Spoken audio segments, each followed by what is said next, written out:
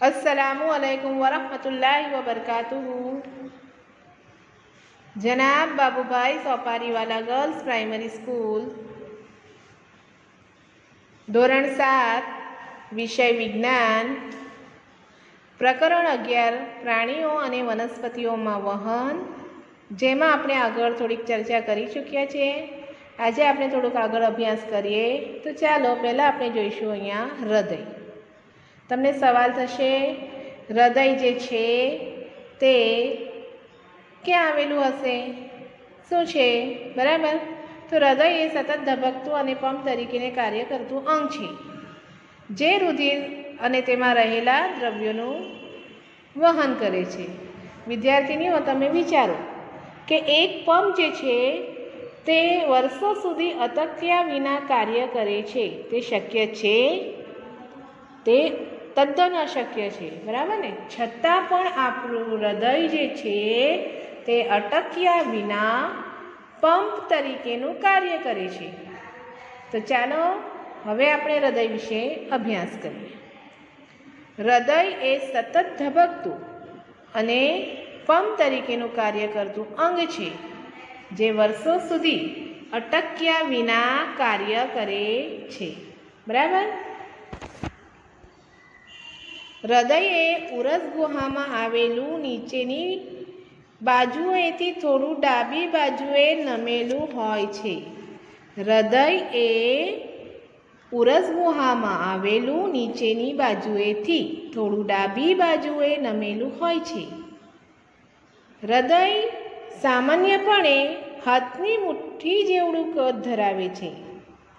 आंगळीओ अंदरनी तरफ आपणे मुठ्ठी वाळीए तेटलुं कद ए धरावे छे, बराबर। छातीना पिंजरथी तेनो रक्षण थाय छे। विद्यार्थिनीओ अहींया तमने हृदयनी आकृति देखाय छे, बराबर।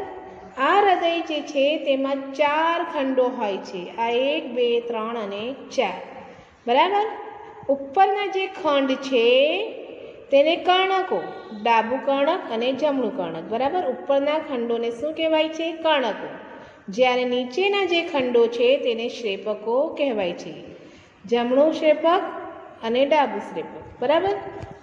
हवे आ श्रेपक डाबा कर्णक अने डाबा श्रेपकनी वच्चे श्रेपक तरफ खुलतो वाल्व होय छे। शुं होय छे? वाल्व होय छे। डाबा कर्णक अने डाबा श्रेपकनी वच्चे श्रेपक तरफ खुलतो वाल्व होय छे, बराबर, जे तमने अहींया देखाय छे।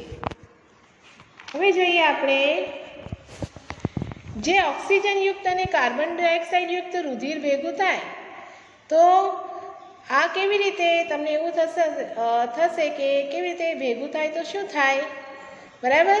तो आ उपरना जे 2 खंडो छे ने कर्णको अने नीचेना 2 खंडो श्रेपको जे छे ने आनी वच्चे जे પડદાને કારણે ऑक्सिजन युक्त अने कार्बन डाइऑक्साइड युक्त जे छे ने रुधिर ए भेगुं थतुं नथी, बराबर।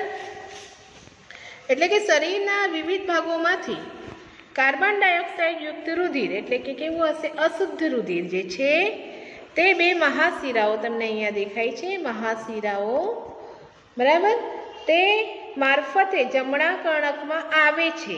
कार्बन डाइऑक्साइड युक्त रुधिर जमणा कर्णकमां आवे छे। ते ज वखते फेफसामांथी आवतुं ऑक्सिजन युक्त रुधिर एटले के शुद्ध रुधिर जे छे ते फुफ्फुसीय शिराओ मार्फते आ शिरा देखाय छे एनी ए मार्फते डाबा कर्णकमां आवे छे, अहींया आवे छे, बराबर। अने डाबा कर्णकमांनुं रुधिर डाबा श्रेपकमां जाय छे। ते मार्फते डाबा श्रेपकमांथी ऑक्सिजन युक्त रुधिर आपणे जोयुं के महाधमनी मार्फते शरीરના विविध भागोमां जाय छे। आम हृदयना संकोचन अने विसंकोचननी क्रियाथी रुधिરના वहननी क्रिया जे छे ते सतत चालती रहे छे, बराबर। एटले के पहेला आपणे जोईए के हृदय स्नायुओनी बनेली मजबूत रचना छे। तेने 4 खंड छे। उपरना 2 खंडो कर्णको अने नीचेना 2 खंडो श्रेपको तरीके ओळखाय छे, याद राखजो। हृदयना जमणा 2 खंडको जमणुं कर्णक अने जमणुं श्रेपक छे, जेमां कार्बन डाइऑक्साइड युक्त रुधिर होय छे। જ્યારે ડાબા બે ખંડો ડાબું કર્ણક અને ડાબું શ્રેપક છે તેમાં ઓક્સિજનયુક્ત રુધિર હોય છે.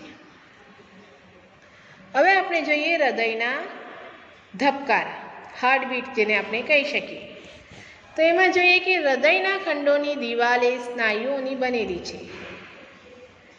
સ્નાયુનું લય અનુસાર સંકોચન અને વિકોચન એટલે કે શિથિલન જોવા મળે છે. તાલબદ્ધનું સંકોચન તેના વિકોચનને અનુસરીને એક ધબકારો સૂચવે છે. વિદ્યાર્થીનીઓ યાદ રાખજો કે આપણા જીવન દરમિયાન ધબકારા જે છે તે સતત ચાલુ રહે છે. જો તમે તમારા હાથ છાતી પર ડાબી બાજુએ રાખશો ને તો તમે ધબકારાનો અનુભવ થશે. જો તમે કદાચ માંદા પડ્યા હોય કે ઘરમાં કોઈ માંદો હોય તો તમે દવાખાને જાઓ તો ડૉક્ટર જે છે તે સ્ટેટોસ્કોપ નામના સાધનની મદદથી એ ધબકારાનો અનુભવ કરશે. એટલે હૃદયના ધબકારા માપવાનું સાધન શું છે? સ્ટેટોસ્કોપ છે. જે તમને અહીંયા દેખાય છે આ સ્ટેટોસ્કોપ છે વિદ્યાર્થીનીઓ, બરાબર ને? એટલે કે હૃદયના ધબકારાના અવાજને મોટો કરવા માટે ડૉક્ટર આ સાધનનો ઉપયોગ કરે છે.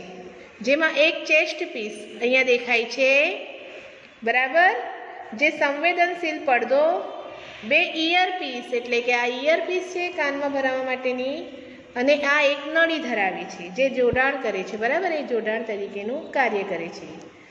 ડૉક્ટર સ્ટેટોસ્કોપ દ્વારા હૃદયના ધબકારા સાંભળી હૃદયની પરિસ્થિતિ વિશેનો ત્યાગ મેળવે છે. ચાલો હવે જોઈએ આપણે સાદું સ્ટેટોસ્કોપ બનાવવું અને તેની મદદથી હૃદયના ધબકારા અને નાડી દર માપવા. તો જોઈએ પહેલાં આપણે કે આ તમને આકૃતિ દેખાય છે. 6 થી 7 સેમી વ્યાસ ધરાવતી એક ગળણી લેવાની છે. તેની ઉપર રબરની ટ્યુબ ચુસ્તપણે લગાવો. રબરને ખેંચીને ગળણીના મોં પર લાવો અને ચુસ્તપણે એને રબરથી બાંધી દો. દેખાય છે ને અહીંયા? હવે ટ્યુબ જે છે આ એનો એક ખુલ્લો છેડો જે છે તે કાન પર રાખો, બરાબર, અને તમે ધબકારા સાંભળો. તમને ધબકારાનો અનુભવ થશે. આ ધબકારાનો અનુભવ તમારા સહપાઠી પર પણ કરો, એટલે કે હૃદયના ધબકારા અને નાડી દર બંને માપો, બરાબર. તો આપણે જોઈએ અહીંયા કોષ્ટક દ્વારા એને સમજીએ. વિદ્યાર્થીનું નામ, આરામદાયી સ્થિતિમાં ધબકારા જોઈએ એમાં હૃદયના અને નાડી દર બંને, ને દોડ્યા પછી પણ. તો એ સહપાઠી જે છે જે આરામદાયી સ્થિતિમાં એના હૃદયના ધબકારા અને નાડીદાર 74 છે, જ્યારે દોડ્યા પછી કે 80 થઈ ગયા. એવી જ રીતે અહીંયા બી સહપાઠી છે તે આરામદાયી સ્થિતિમાં 72 છે, જ્યારે દોડ્યા પછી 82 થઈ ગયા, બરાબર. એવી રીતે સી સહપાઠી છે, આરામદાયી સ્થિતિમાં 75 છે અને દોડ્યા પછી 80 થઈ ગયા. ડીમાં જોઈએ આપણે 74 છે અને દોડ્યા પછી 79 થઈ ગયા. એવી જ રીતે ઈમાં 77 છે, દોડ્યા પછી 82 થઈ ગયા, બરાબર. એટલે આપણે અહીંયા શું સૂચવે છે કે આરામદાયી સ્થિતિ કરતાં દોડ્યા પછીની સ્થિતિમાં થોડોક ફેરફાર થાય છે. તો જોઈએ આપણે હૃદયના ધબકારાનો દર અને નાડી દર એક સરખા જ હોય છે લગભગ. દોડ્યા પછી હૃદયના ધબકારાનો દર અને નાડી દર સામાન્ય સ્થિતિ વખતના દર કરતાં વધારે હોય છે, બરાબર. વિદ્યાર્થીનીઓ આટલી તમને સમજણ પડી જ ગઈ હશે. આના પછીની ચર્ચા આપણે આગલા તાસમાં કરીશું. Thank you.